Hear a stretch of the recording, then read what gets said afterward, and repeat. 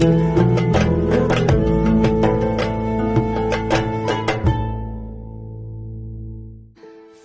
awal pasti ada akhirnya, dan setiap permulaan kisah pasti ada penutupnya.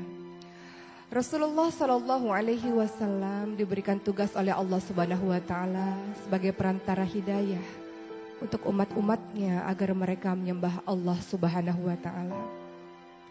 Dan begitu selesai tugas itu, tentu Rasul akan kembali lagi kepada Allah Subhanahu Wa Taala. Dalam sebuah haji wada yang diikuti oleh sekitar 100.000 bahkan lebih dari orang-orang muslim, Rasulullah Shallallahu Alaihi Wasallam di tahun 10 Hijriah itu menyampaikan khutbah demi khutbahnya.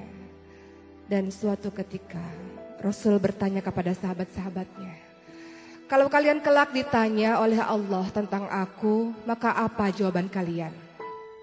Sahabat Nabi menjawab, wahai Rasul, Engkau adalah orang yang telah memberikan risalah, amanah dan senantiasa menasihati kami. Maka Rasul katakan, wahai Allah, saksikan wahai Allah, saksikan wahai Allah, saksikan wahai Allah. Begitu kata Rasulullah Sallallahu Alaihi Wasallam.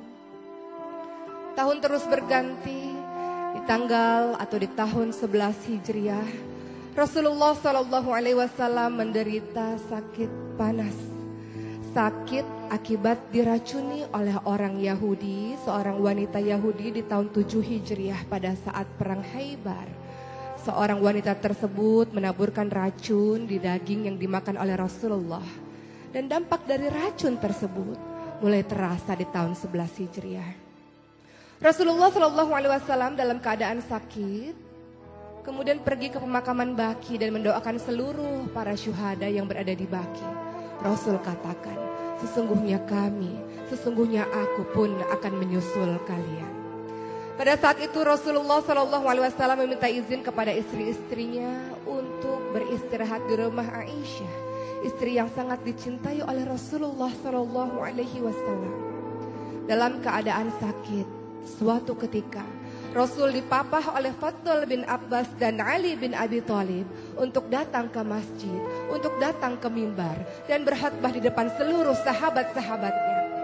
Rasul katakan, tidak ada yang aku khawatirkan dengan kalian kecuali pada saat dunia ini dibentangkan oleh kalian dan kalian berlomba-lomba untuk mengejarnya, dan dunia itulah yang akan membinasakan kalian, kata Rasulullah.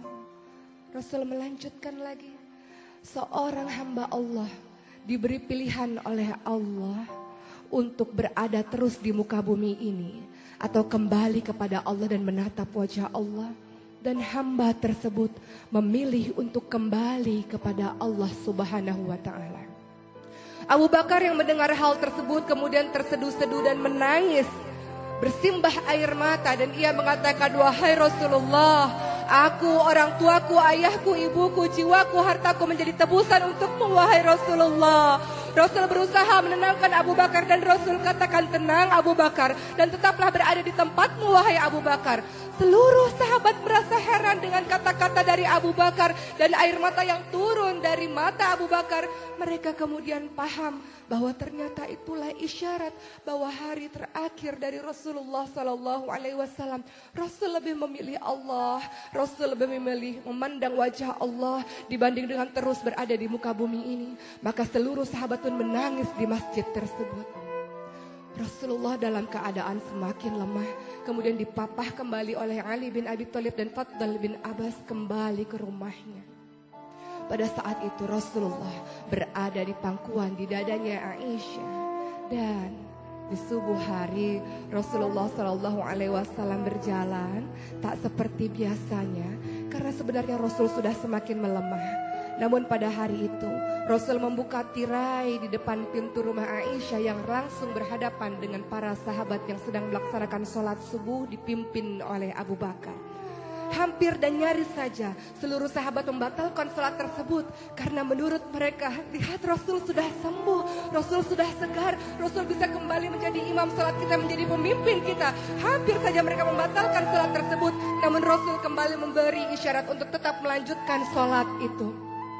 Dan Mereka mengira senyuman yang dilakukan oleh Rasulullah adalah tanda bahwa Rasul akan kembali kepada mereka.